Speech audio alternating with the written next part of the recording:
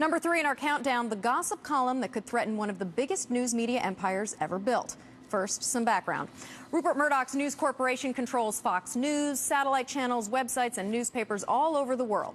He's made a fortune with red meat headlines, a right-wing agenda, and a good dose of naked women between the sheets of his newspapers, even though Murdoch has said that journalism carries special responsibilities. Well, isn't this special? A New York Post column last Friday confessing to a certain amount of, well, let's just call it accepting cash and goodies from people who got good coverage. Juicy details include the Post's editor partying at a strip club and a $1,000 payment from a restaurant owner. All this noted at a time when Murdoch is trying to buy Dow Jones and the Wall Street Journal for a staggering $5 billion, while promising that no sleaze would ever rub off on the traditional Bible of the business world. Filmmaker Robert Greenwald's documentary Outfoxed examined the Murdoch news empire, its power, and its fury. Thanks for joining us tonight. My pleasure. Robert, word is the admissions in this column were designed to head off even more serious allegations in a lawsuit. Now, the last time we checked, the Post editor is still in charge over there. How embarrassing is this for Murdoch? Well, I think it's seriously embarrassing if it were you or I. Nothing seems to embarrass Murdoch or that eternal drive to squeeze every nickel out of every media outlet he owns. And it doesn't matter whether he puts naked women on the cover or if he drives to the bottom line with all of his newspapers supporting the war. It's just a consistent pattern we see over and over again. So I'd like to think that he would be embarrassed, but I'm not sure that that would be true in his case. Murdoch's third wife, Wendy, was born in China and is said to be handling some of his business interests there. And there are allegations that he's ordered his media to go easy on the Chinese government. Who's making these allegations and how serious are they? Well, it's a long pattern of his currying favor with the Chinese Communist government. He actually had a book contract canceled by one of his publishing companies because it was critical of the Chinese Communist government. He's pulled reporters off of stories, and this predates even his marriage. So we have seen this over the years. It's actually caused serious problems for him because of his desire to do whatever the Chinese government says in an effort, again, same thing, greed, profitability, doing whatever it takes, in this case, manipulating and using media to service the Chinese Communist government.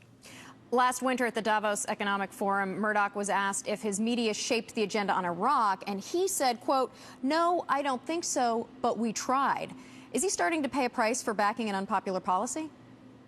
I think so. I mean, the war, it wasn't, by the way, just that his newspapers and television backed the war. It was the vicious, terrible attack of many people, myself included, who resisted the war. And they tried to silence people. They really went against the basic tenets of democracy. And I think that's truly coming back to haunt him and haunt his many newspapers and the television stations that went along lockstep in trying to silence all criticism. Now, given the track record and everything that you've just discussed, paint a picture for me. What if Murdoch gets Dow Jones and the Wall Street Journal? How long until they're tabloids, too?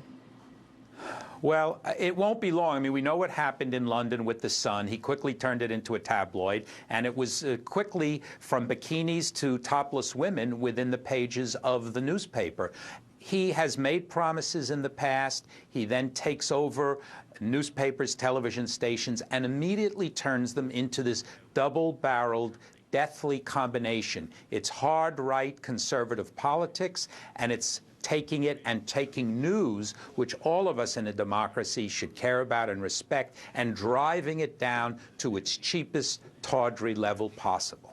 In fact, there was a column in the Financial Times the other day where they talked about the fact that apparently back in the 70s when he was buying the New York Post, that he wrote them a letter saying essentially what he said to the Bancroft family that owns the rights of Dow Jones, saying, "I'm not changing a thing, everything will stay the same." And, of course, we know what happened to the New York Post. Yes, and again, we see this pattern over and over again. So if I'm the Bancroft family, I would be running in the other direction because, again, if you look at news, if you think it's important, if you value it in terms of its role in our country and our society, this is one of the terrible prices we pay for media monopolization. And he continues to do that and drives in this one clear direction. But we know what he's going to do. The evidence is there. We should point out that as right-wing as he's been, he's also sponsored a fundraiser for Senator Hillary Clinton after building the Fox network on anti-Clinton attacks. Do you sense a turnabout here? What's that about?